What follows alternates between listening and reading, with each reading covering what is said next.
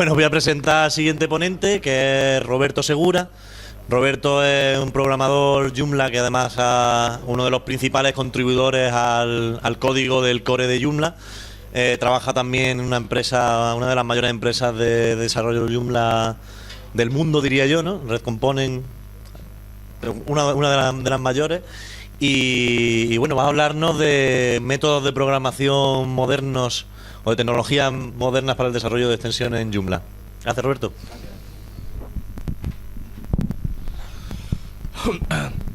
Bueno, pues mis compañeros han explicado, creo que estamos cubriendo bastante bien todas las áreas que pueden interesar de Joomla, y yo voy a dar la perspectiva un poco más de backender, eso. Espero que no aburriros mucho o que haya alguien. Yo siempre digo que aunque una persona se convierta, que se han dado casos, pues bien empleado el tiempo será, ¿no?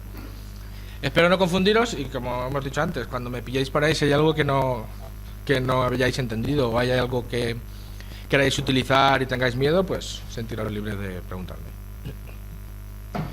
La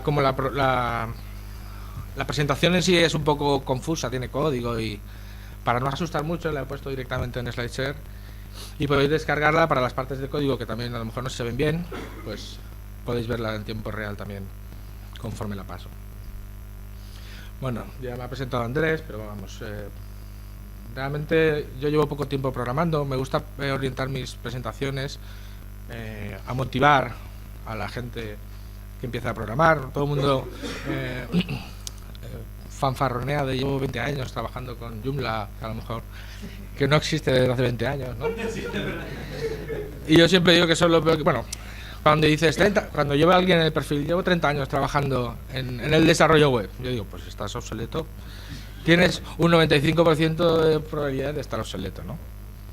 Entonces, a mí me gusta decir que yo tenía una tienda de informática y empecé a programar realmente, había hecho chapuzas con PHP, pero realmente empecé a programar en el 2011.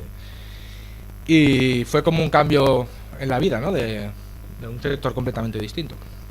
Yo estudié ingeniería informática, pero realmente nunca había tocado el mundo del código.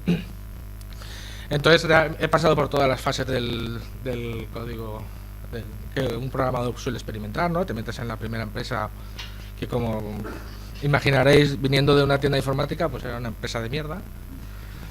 Hola, mi empresa, no diré el nombre, pero trabajaban con software privativo, no me dejaban utilizar ninguna librería de terceros. Entonces descubrí el open source. Y la siguiente empresa que yo busqué, en cuanto pude tener un poco de nivel para cambiar de empresa, quise que fuera open source. Tuve la suerte de que esa empresa utilizaba Joomla. En la entrevista me dijeron, ¿sabes Joomla? Y yo, sí. ¿Cómo tenéis que hacer? Y ese día descubrí el sistema de menús de Joomla y dije, ¿dónde he dicho que sí? Pero bueno. Relativamente, yo siempre digo que un programador no es lo que sepas, porque lo que sabes, además hay gente que se dedica a transmitir. Yo en mi empresa me dedico a transmitir mi conocimiento, y muchos compañeros me dicen, pero si tú enseñas todo lo que sabes, ¿qué va a quedar, no? O sea, estás fomentando tu competencia, que haya gente que te quite proyectos, pero realmente nadie te puede quitar tu forma de pensar. Entonces, si tú tienes lo que tú sabes hoy, no tiene nada que ver con lo que vas a aprender para el año que viene. Entonces, todo esto va muy enfocado a eso, a que aprendamos, a que utilicemos tecnologías que repercutan en nosotros y no solo en hacer un proyecto para una persona o para una empresa. Como ha dicho Andrés, trabajo para Red Component, que es una empresa de Dinamarca, haciendo sitios que tienen bastantes visitas. Entonces, la charla se va a centrar en eso, en las tecnologías modernas que podemos utilizar, porque una de las cosas buenas, si comparamos Joomla con otros CMS, es que Joomla tiene una arquitectura que realmente cuanto más la arquitectura más te fuerce a hacer las cosas de una forma. Es cierto que tienes una curva de iniciación o de aprendizaje un poquito más alta al principio, pero luego has aprendido una forma de hacer las cosas que te facilita en el futuro, ¿no? Entonces, dentro de ese aprendizaje te evitas un caos en el futuro. Entonces, como os he dicho antes, lo más importante es que una tecnología moderna repercute en nosotros, porque si yo estoy aprendiendo algo, no quiero aprender algo Yo, por definición, quiero aprender cosas que me sirvan para Joomla, para WordPress, para PrestaShop, para Symfony, para lo que sea, ¿no? Entonces, a la hora de buscar un proyecto o algo que yo quiera invertir tiempo, quiero algo que me forme a mí, no que me permita utilizar un producto mejor, ¿no? Luego también es una de las excusas que se suelen mostrar por las empresas, es no lo utilizamos porque es que mis trabajadores ya saben lo viejo. Como empresa, tú estás obligado a evolucionar a tus trabajadores. De hecho, si tienes trabajadores buenos y no lo haces, se van a ir de tu empresa. Y luego, como explicaremos en la charla, tu negocio va a evolucionar y va a ser sostenible en el tiempo, con lo cual, realmente las tecnologías, adoptar una tecnología moderna con cabeza siempre, beneficia a todo el mundo.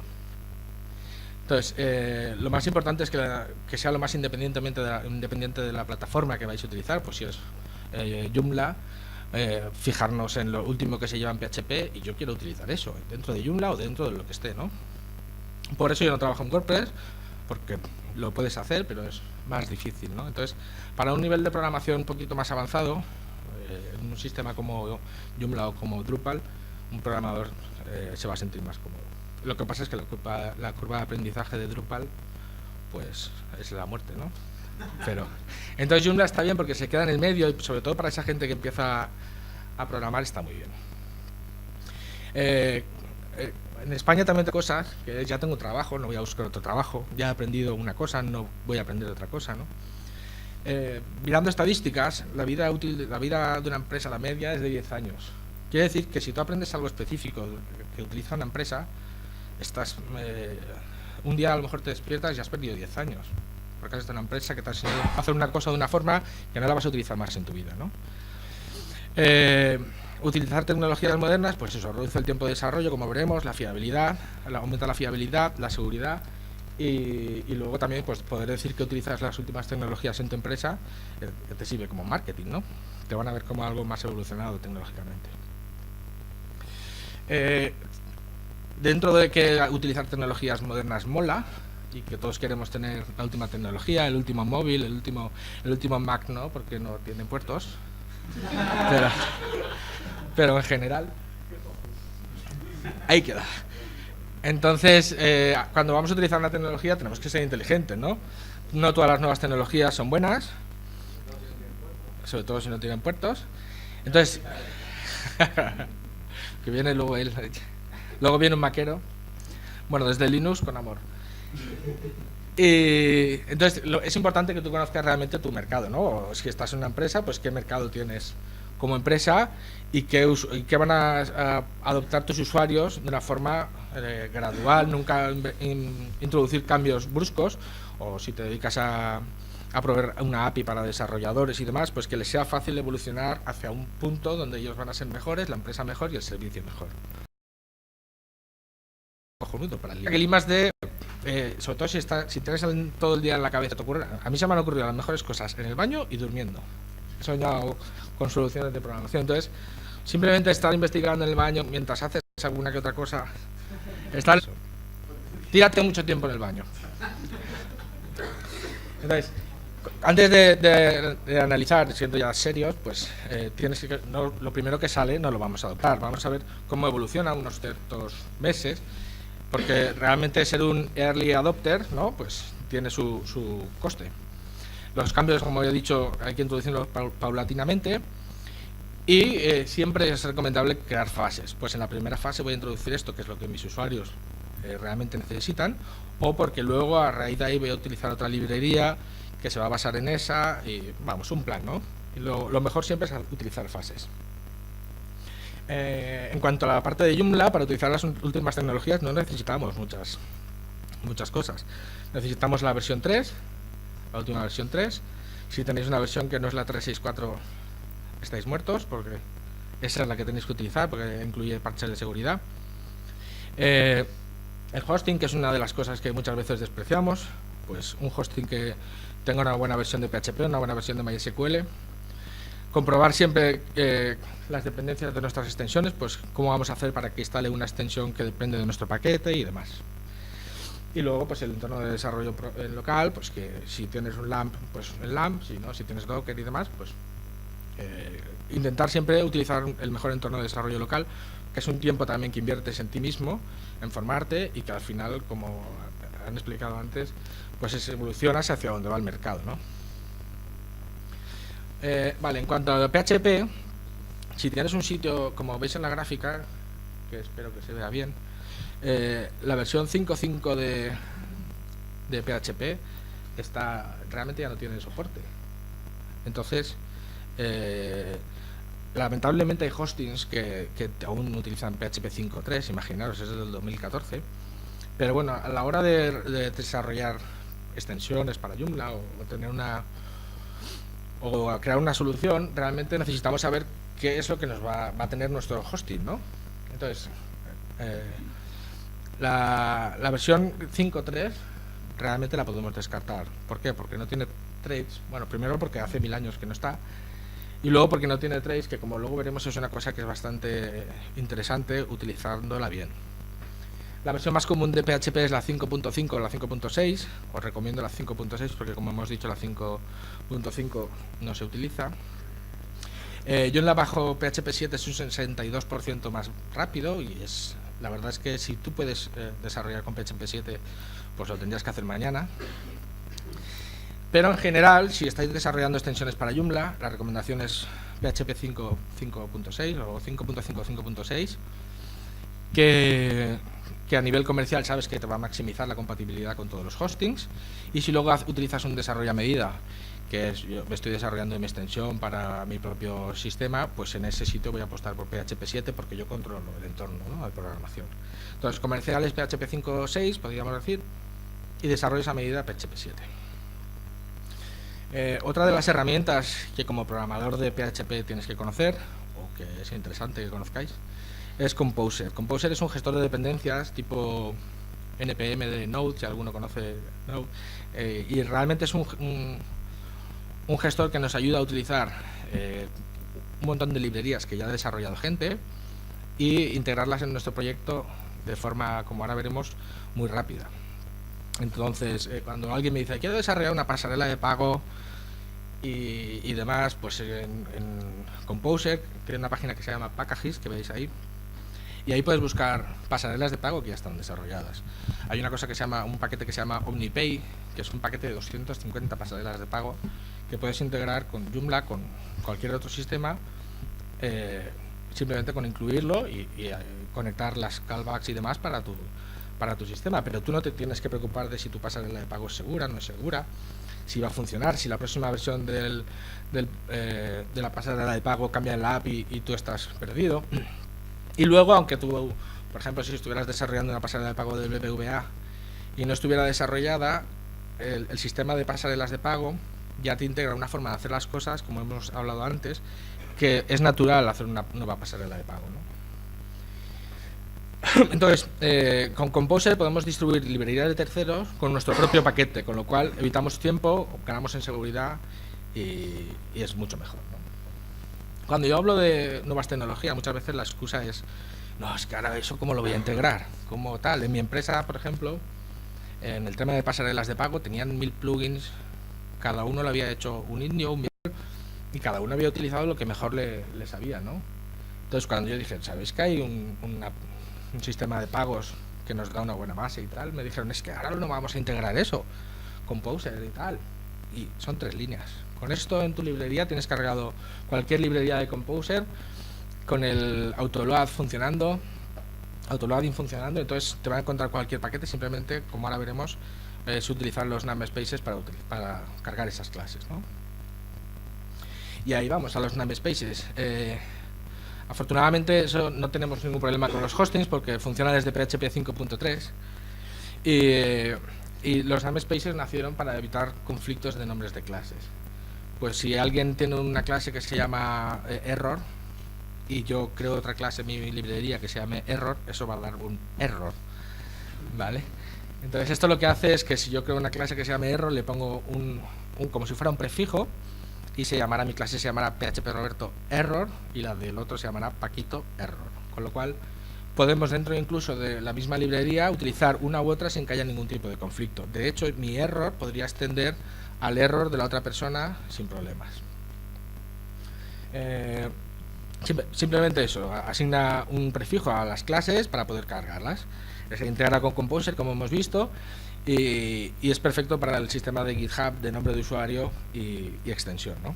Entonces, los namespaces realmente es lo que potencia una modularización y una interacción entre clases de terceros, que es hacia donde va el mercado de la programación, indudablemente, y es una cosa que esto sí que lo tienes que saber sí o sí.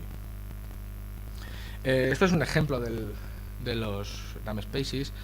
Como veis aquí arriba estamos definiendo el nombre de esta clase, va a estar definida en el prefijo ASIR_module, y luego aquí debajo tenemos los use, que esos son librerías, clases que quiero utilizar en esta misma clase, ¿no?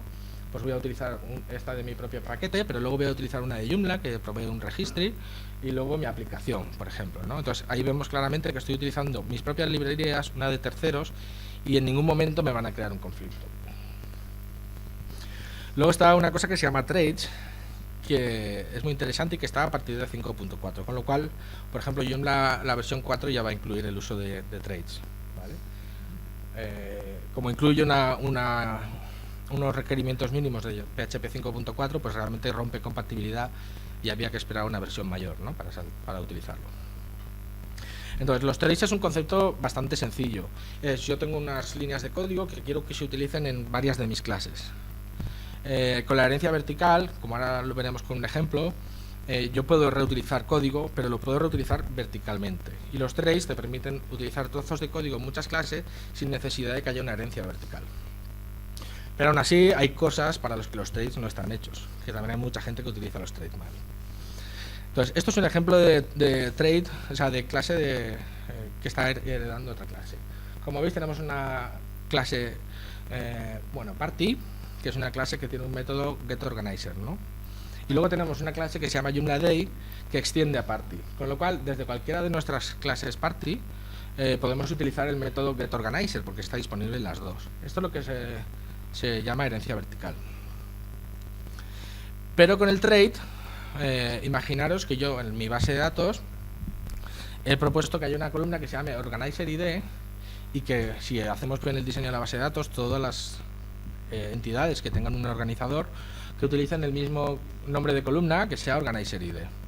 Entonces yo puedo crear un trade y crear un JoomlaDay, una clase de JoomlaDay que ya no extiende a party, y simplemente les estoy diciendo que utilicen el mismo trade, con lo cual el método sigue estando disponible en los dos, pero ya no hay una herencia de clases entre los dos.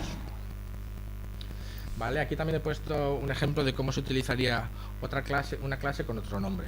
¿Vale? Por ejemplo, estamos utilizando el trade hasOrganizer, pero lo vamos a utilizar con el nombre Organizer. Eso es útil si hay conflictos de librerías, para poder utilizar dos trades. En el supuesto caso que tuvieras dos trades que se llaman igual, pues lo puedes utilizar con otro nombre. Luego vamos al mundo de MySQL, que es como PHP, ¿no? Necesitas un hosting que te provea un buen servicio de MySQL. Y es cuando muchas veces despreciamos o ignoramos que tenemos que tener un buen hosting, hay que pensar en cosas como esta, ¿no? Estas son las versiones de MySQL que más o menos vais a encontrar en los hostings hoy en día. Y como veis, la versión 5.7 introduce una mejora de rendimiento bastante evidente. Entonces, Joomla, por la versión 3, requiere a partir de 5.1. La más común es la 5.5, 5.6, que como hemos visto antes pasa lo mismo con PHP, pero si conseguimos la 5.7 es un 200% más rápido, más o menos. Ahí me flipa un poco, creo. Entonces, estaríamos en el mismo caso. Si tenemos una extensión comercial, tendríamos que tener a lo que tuviera la mayoría de los hostings y nos iríamos a un 5.5. Y si es un desarrollo a medida, pues estaríamos con un PHP 7 y un MySQL 5.7 o lo más moderno que tengamos en ese momento. Luego, otra de las tecnologías que mucha gente no quiere utilizar es Git. Git te va a ahorrar, es uno de esos conocimientos que te vas a llevar, trabajes en WordPress, Joomla, Symfony, me da igual. Es uno de esos conocimientos que tú necesitas como desarrollador, ¿no?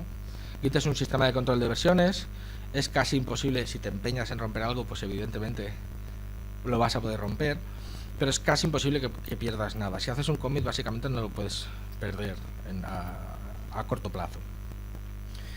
También sustituye bastante bien si Si creas, para cada cambio que tú haces, escribes un comando, ¿no? Pues he arreglado el menú, he arreglado tal.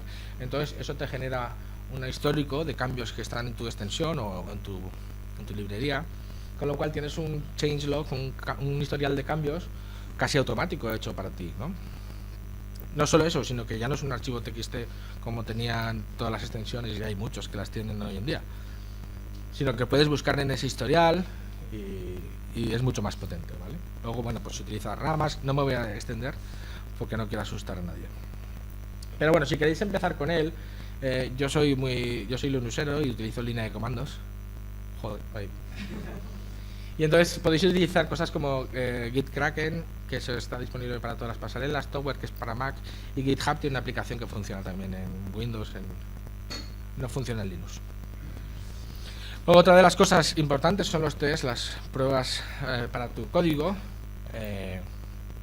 El otro día vi un tweet que decía que tus usuarios no son ratas de laboratorio, y es verdad, muchas veces los propios usuarios les damos un producto que no está testeado y que de repente has introducido un bug y te lo descubre un usuario. Eso hace sentirse al usuario como una rata de laboratorio, ¿no? Y eso no es lo que queremos, o espero que no. Entonces hay distintos tipos de pruebas y son las que podemos introducir. Las pruebas unitarias, principalmente con PHP Unit, prueban una función en concreto de una clase en concreto, ¿no? Es la prueba, se llama unitaria porque es la unidad más básica que se puede comprobar, es lo que se está testeando, ¿no? Y luego en Joomla son particularmente útiles las pruebas de aceptación. Ahí podemos utilizar cosas como Selenium, que se utiliza también para JavaScript y demás, Codeception, que es una abstracción en PHP para eso, o Behat, que es lo que utilizan sistemas como Symfony o Laravel y demás.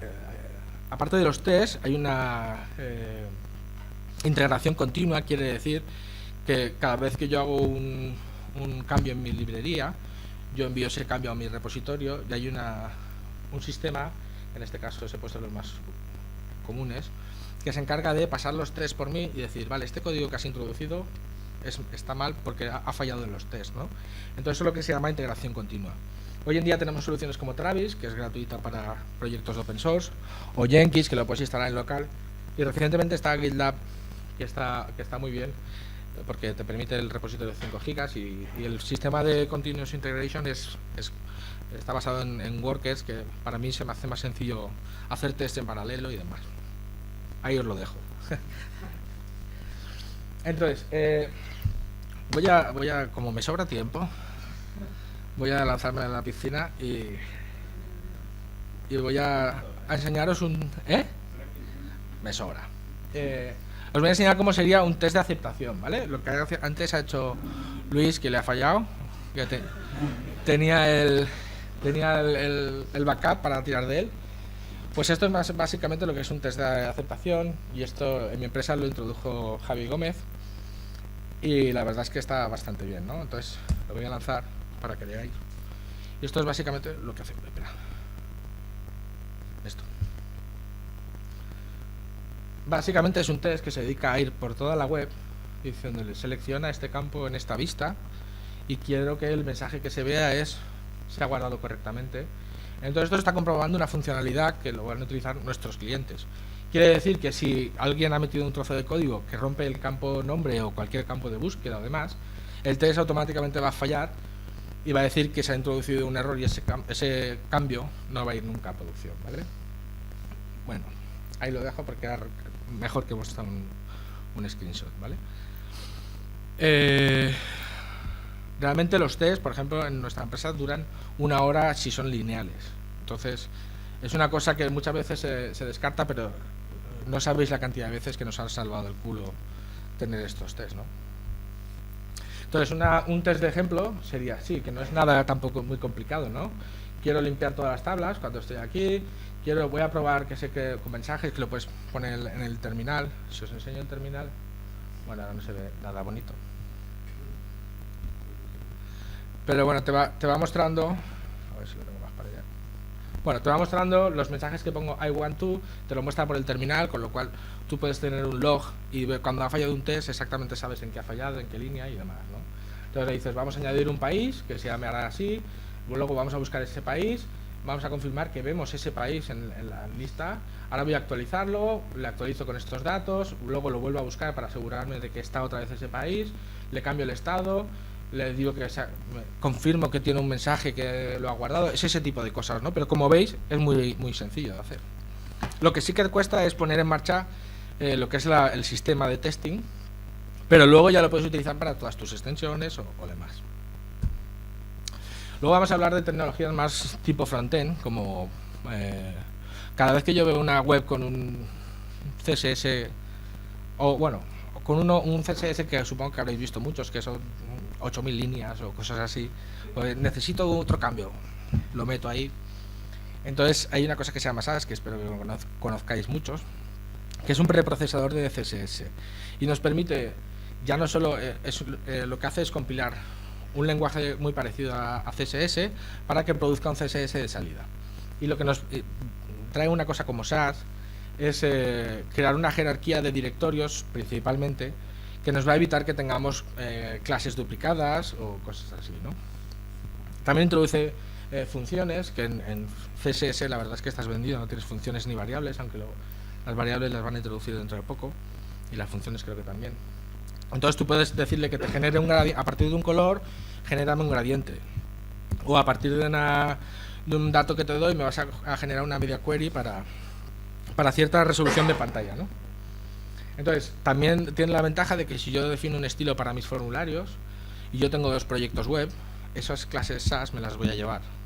Es como, bueno, en eso principalmente Bootstrap, por ejemplo, la utiliza SAS, Bootstrap 4 de Twitter, y lo que permite es precisamente reutilizar todas esas clases. Y no solo eso, sino que ahora yo estoy haciendo una web que no utilice formularios, con lo cual ese archivo no lo voy a incluir. Mi CSS es más corto, PageSpeed va a estar más contento y yo me voy a ahorrar problemas, ¿no?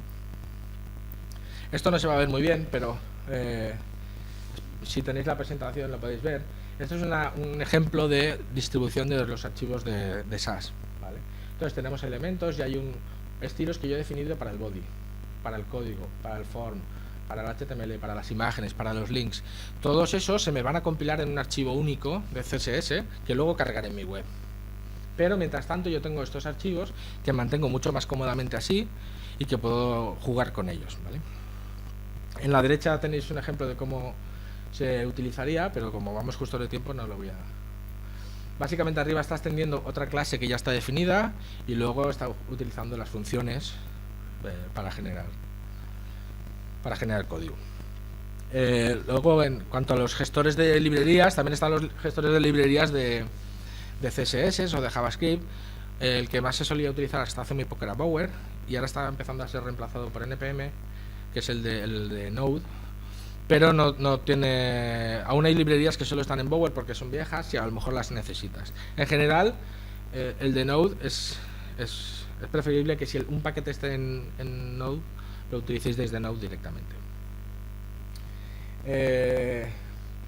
Y luego otra cosa que quería comentar es precisamente lo de Node, ¿vale? Muchas veces cuando hablamos de PHP pensamos que tenemos que estar limitados a una tecnología y que tenemos que ser los putos amos de PHP, pero luego no tenemos que aprender nada más. Y como he dicho, a lo mejor mi tecnología está obsoleta el mes que viene, o me quiere contratar Google porque se han vuelto locos de programador JavaScript, ¿no? Entonces, cualquier cosa que veamos que puede, que en el I+D de nuestro baño veamos que puede mejorarnos la vida, ¿por qué no invertimos un poco de tiempo, no? Yo lo hice con Node y vi que podía ahorrarme mucho tiempo a la hora de maquetar y de probar mis extensiones.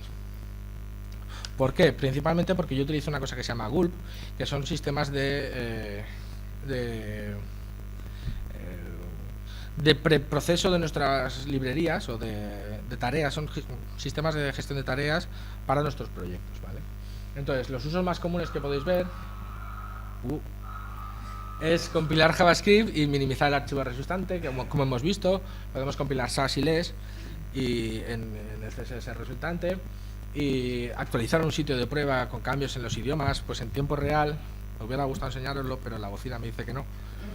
Entonces tú estás haciendo un cambio en la web, lo cambias en el artículo y la web se refresca con ese mismo cambio de una traducción de un idioma, con lo cual no tienes que hacer el proceso que hacía Luis y demás. Y luego cuando ya quieres hacer una release, le dices Gulp Release y él te genera un zip de tu extensión de Joomla que directamente puedes instalar en cualquier sitio. Y como en el caso de las pruebas que yo he lanzado antes, que os he enseñado, eso utiliza Gulp para hacer la release, descargarse la última versión de Joomla y demás. Bueno, hay otras cosas que no voy a, como no tengo tiempo, no voy a nombrar, pero cosas interesantes, archivos SVG, todo va hacia el SVG, ya no utilizar imágenes. Font Awesome ya va a integrar, por ejemplo, que es la librería de iconos más usada, pues va a utilizar SVG, echarle un ojo. Y siempre recordad que la tecnología más importante sois vosotros y nunca tenéis que dejar de actualizaros.